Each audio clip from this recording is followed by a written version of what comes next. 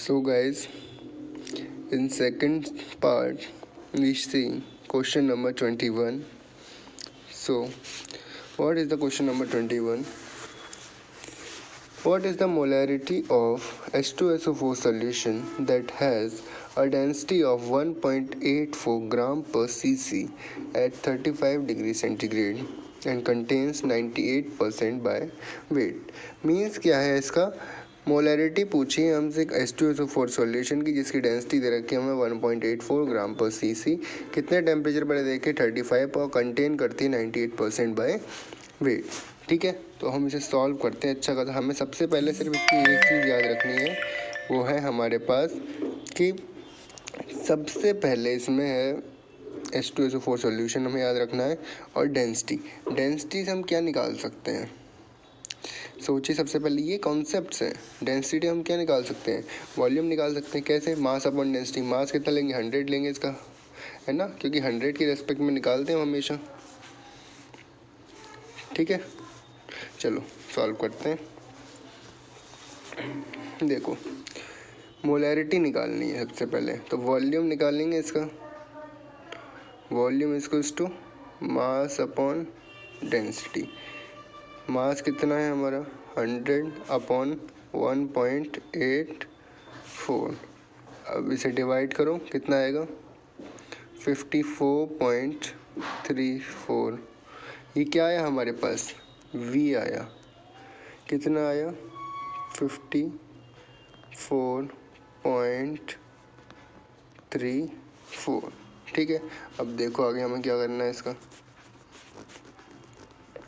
हमने वॉल्यूम निकाल लिया किसका? सॉल्यूशन का।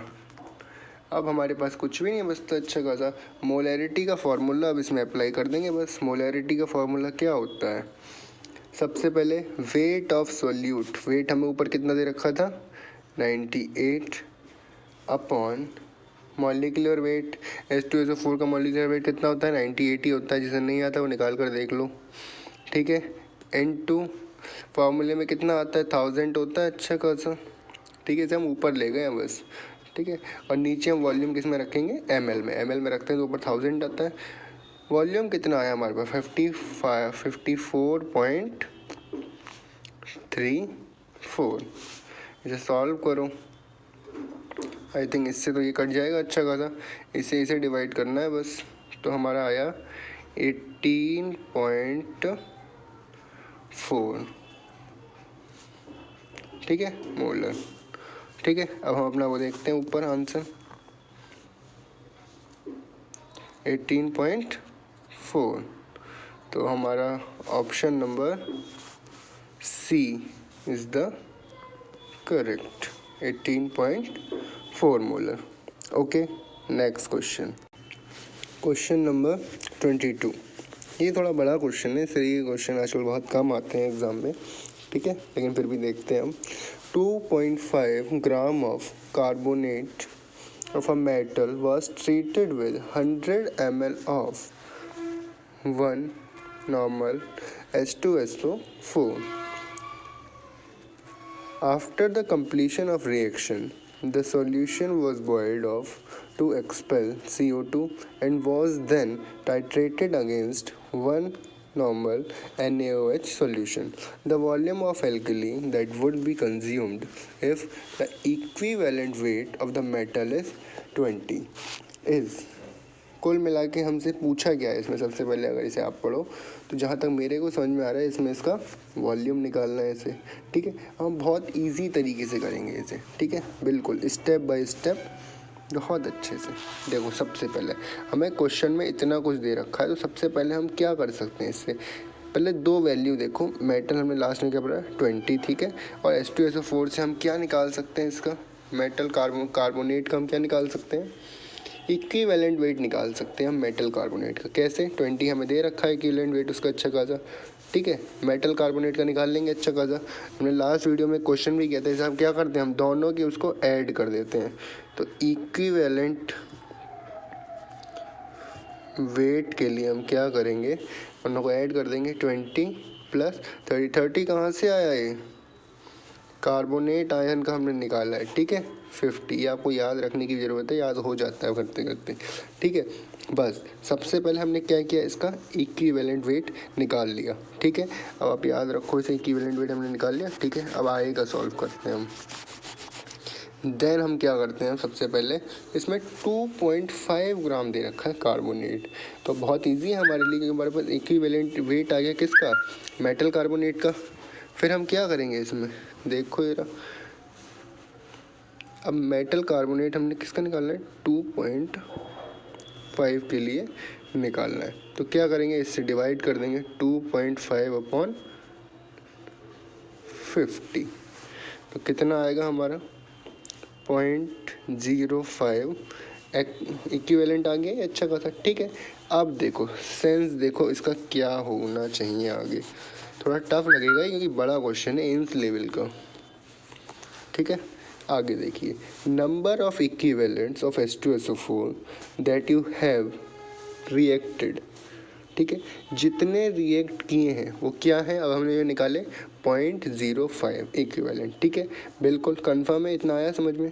सब देखो शुरू से देखते हैं एक बार। सबसे पहले हमने क्या किया, मेटल कार्बोनेट का इक्विवेलेंट वेट निकाला, कैसे, हमें 20 वैल्यू दे रखी है, कार्बोनेट आयन का हमने निकाल के 30 लगाया, ठीक है। जिसे नहीं आया CO3 2 नेगेटिव लिख के लगा देना, ठीक है।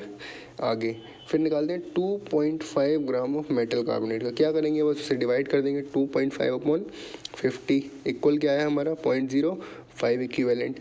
फिर अब ये क्या आया, number of equivalents of H2SO4 that would have reacted, कितना आया 0.05, कहाँ से आया, इसे डिवाइड करके।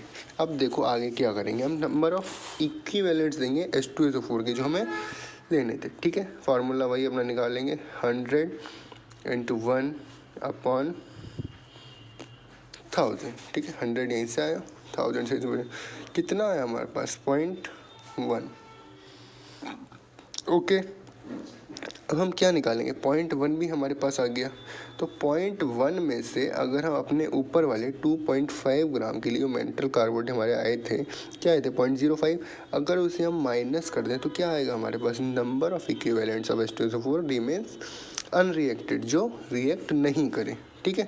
तो हम करते हैं ऐसे,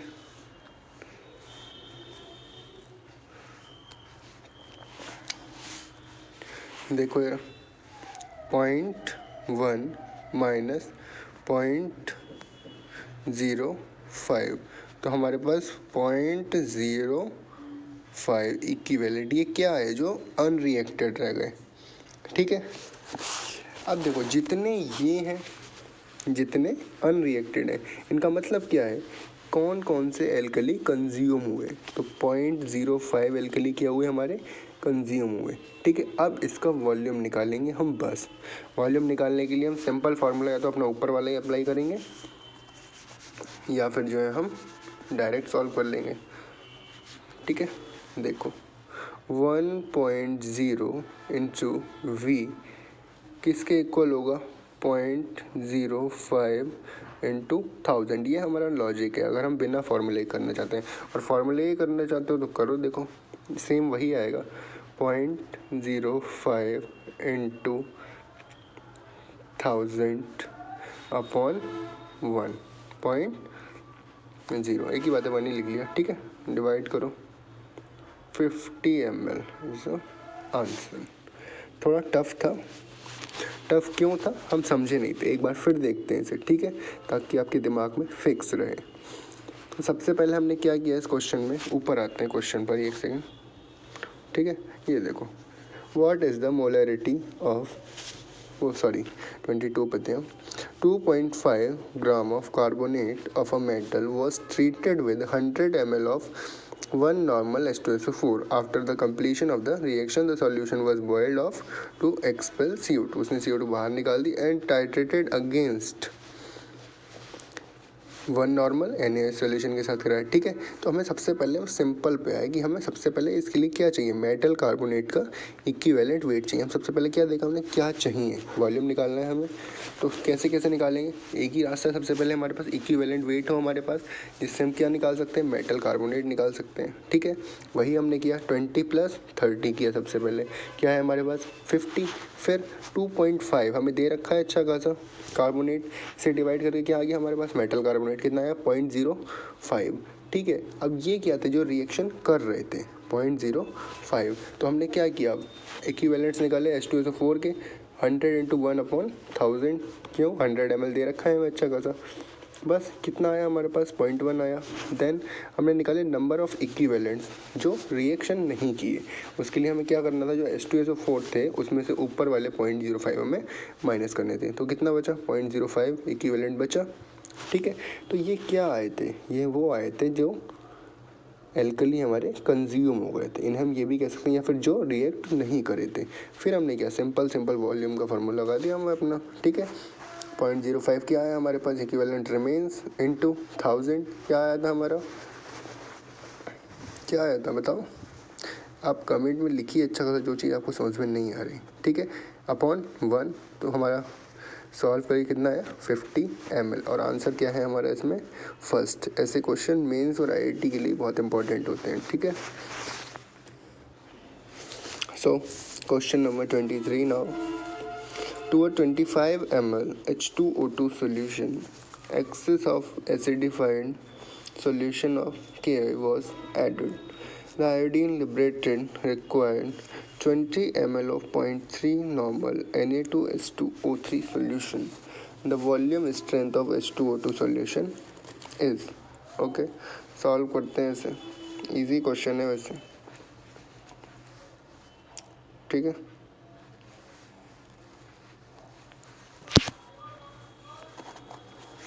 सबसे पहले इस क्वेश्चन की हमें इक्वेशन आनी समझ में क्या होगी, ठीक है। एक सेकंड, क्वेश्चन भी आपके सामने रहना चाहिए, तो स्क्रीन थोड़ा फिक्स करते हैं,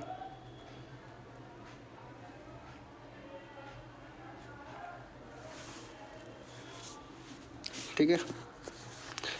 अब क्वेश्चन दिख रहा है आपको, ठीक है। तो सबसे पहले हमारा Ki प्लस H2SO4, ये रिएक्शन आपको बनानी आनी चाहिए, प्लस H2O2, इस रिएक्शन ने हमें क्या दिया, K2SO4 plus 2H2O plus Y2, रट जाती है बढ़ते बढ़ते, ठीक है, आपको भी रट जानी चाहिए, ठीक है। ये हमारी पहली इक्वेशन बनी, इससे अब ध्यान से देखो, अभी दूसरी इक्वेशन बनाते हैं, किसी लिए हम Na2H2O3 के लिए, ठीक है। देख लिया ध्यान से, ठीक है, आगे आते हैं। अब सेकंड इक्वेशन हमारी इसमें क्या बनेगी, सेकंड इक्वेशन है हमारी 2Na2H2O3, इसकी रिएक्शन किससे कराएंगे हम, आयोडीन से। आयोडीन की तो बात चल रही है अच्छी खासी, तो हमारे पास क्या बनेगा, Na2S4O6 प्लस 2NaI, ओके। अब आप कहोगे इससे क्या मतलब, अगर ये रिएक्शन आपको आती होगी तो आपके दिमाग में बहुत तेज़ी से क्वेश्चन होगा, और आपको नहीं आती होगी तो आप इसमें दिमाग लगाओगे। हमें इससे कोई लेना देना नहीं, इस रिएक्शन के बिना भी हम कर सकते हैं, इस रिएक्शन के बिना भी हम समझ सकते हैं, ये फार्मूला बहुत आसान कर देते हैं हमारे लिए क्वेश्चंस को, ठीक है। अब हम निकालेंगे, इन्होंने क्या मिलीक में निकालेंगे, ठीक है, डन। इसे रफ करते हैं, देन हम अपना सॉल्यूशन स्टार्ट करते हैं। ये मैंने आपको याद कराया कि अच्छा खासा कौन कौन सी रिएक्शन इसमें इन्वॉल्व हो रही हैं हमारे क्वेश्चन में, ठीक है। अब हम क्या करेंगे, सबसे पहले मिलीक निकालेंगे, किसके लिए, ऑफ H2O2 इन 25 ml। सबसे पहली लाइन उठाई हमने, तो क्या करेंगे हम, कैसे निकालेंगे बताओ, देखो नीचे आयोडीन कितना लिबरेट हुआ इसमें, 20 ml, ठीक है, इनटू कितने का है 0.3 नॉर्मल का है, इनटू कर दिया अच्छा खासा, क्या आ गया हमारे पास, हम इसकी इनटू करी तो आया 6। ये क्या था, ये हमारा H2O2 का मिलीक था, किस में 25 ml में। अब हम जो है 1000 ml में लगाएंगे, ठीक है। पहले हमारा कितना आया 6 आया, हम 1000 ml के लिए लगाएंगे। 1000 ml के लिए कुछ नहीं करना, 6 हमारा ये आया, इसे ऊपर रख देंगे, बाकी 25 के लिए पहले निकाला था वो भी नीचे रख लिया, इनटू 1000 कर देना है, बस हो गया हमारा किसके लिए 1000 ml के लिए, ठीक है। क्या है हमारे पास 240। अब बहुत इजी है, इक्विवेलेंट पर लीटर निकालने, तो इससे अपॉन कर दो 1000, अब डायरेक्ट मत करना, क्वेश्चन सॉल्व करोगे, ठीक है। ये हमारा 240 अपॉन 1000 क्या आ गया, हमारा इक्विवेलेंट पर लीटर आ गया, इक्विवेलेंट पर लीटर। अगर हमें ग्राम पर लीटर निकालना है तो क्या करेंगे, ग्राम पर लीटर निकालना है तो बताओ क्या करेंगे, 17 से इनटू कर देंगे इसकी, ओके। अब आप थोड़ा कंफ्यूज हो गए होंगे, ठीक है, एक सेकंड अभी आगे आपको और अच्छे से समझाते हैं।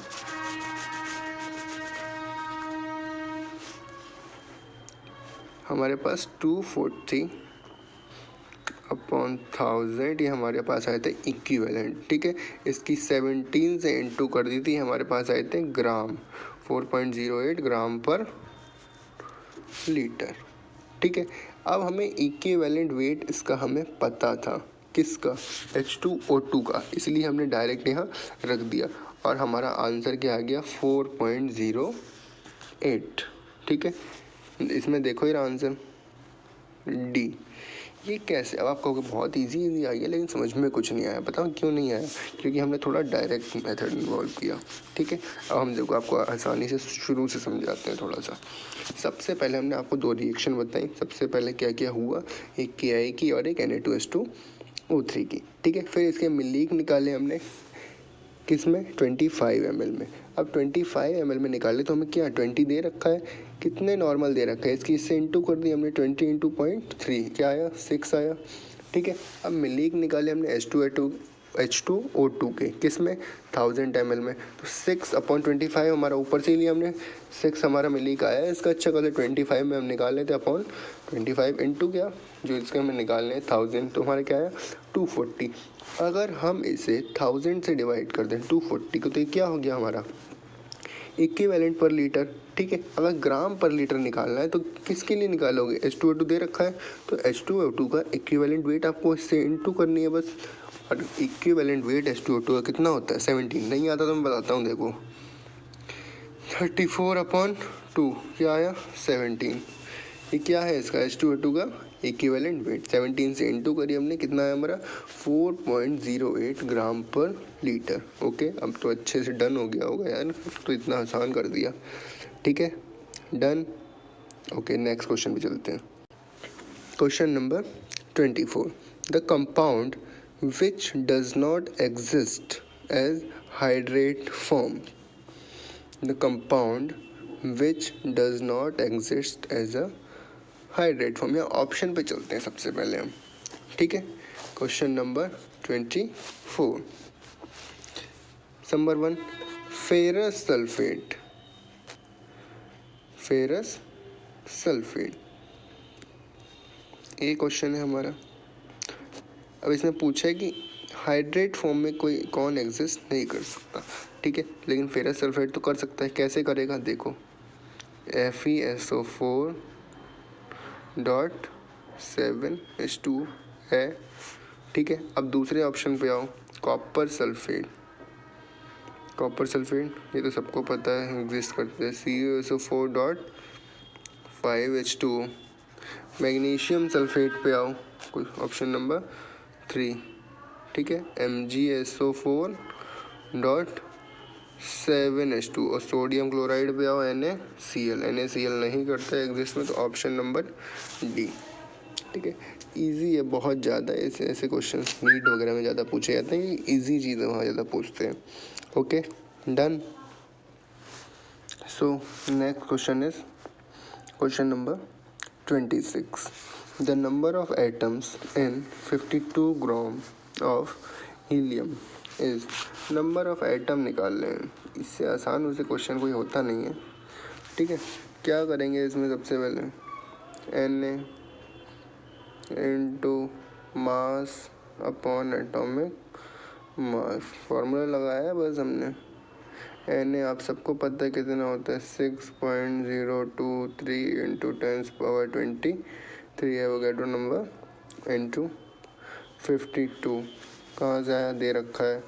अपॉन कितना किया हमने इसे, किससे करेंगे डिवाइड, एटॉमिक मास कितना होता है हीलियम का, 4, हर किसी को पता है। अब इसे डिवाइड कर दो, क्या आएगा 7.82 into 10⁻24, 7.82 into 10⁻24। Option number C is the correct option. Okay, done.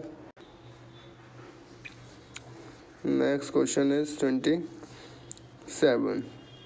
The amount of BaSO4 precipitated on mixing BaCl2 with H2SO4 will correspond। ऐसे क्वेश्चंस की आपको इक्वेशन सबसे पहले याद होना चाहिए। ठीक है, सबसे बड़े इक्वेशन से ही हो जाएगा। सबसे पहले इसकी इक्वेशन लिखते हैं। Ba2 पॉजिटिव एक्वस में होता है, आपने पढ़ा होगा, प्लस SO4 2 नेगेटिव, रिवर्सिबल आता था इसमें, और BaSO4 हमारा बन जाता था। ठीक है, सबसे पहले इसमें आप ध्यान के रखो कि 0.5 मोलर, ठीक है, दे रखा है क्वेश्चन में, और 1 मोलर ये रिएक्ट करते हैं तो क्या बनाते हैं, 0.5 मोलर बनाते हैं ये। यहीं से देख लो यार, सबसे बढ़िया। ठीक है, Ba2 पॉजिटिव कितना दे रखा है इन्होंने, पहला दे रखा है इन्होंने 0.5, ठीक है, और दूसरा दे रखा है इन्होंने 1 मोलर। 0.5 और 1 मिलके 0.5 बनाते हैं, 0.5। ठीक है, यहाँ से आप बिल्कुल समझ सकते हो ये रिएक्शन हमें सीधे सीधे बयां करती है, ऐसा कि क्या इसका आंसर साफ साफ रखा हुआ है 0.5। इसे आपको समझने के लिए बहुत इजी भी है और टफ भी है अगर आप नहीं समझ रहे हैं तो। Okay, done. Question number 28। How many significant figures are present in point, ना सबको पता है 3, क्या ही देखना है इसमें। ओके, सो यह हमारे मोस्ट इम्पॉर्टेंट क्वेश्चंस खत्म होते हैं एम्स लेवल तक के। ठीक है, आप सोच रहे होंगे नीचे के 2 क्वेश्चन मैंने क्यों नहीं कराए, क्योंकि उसमें जो कॉन्सेप्ट है वो सिलेबस में नहीं है। ओके, सो बाय।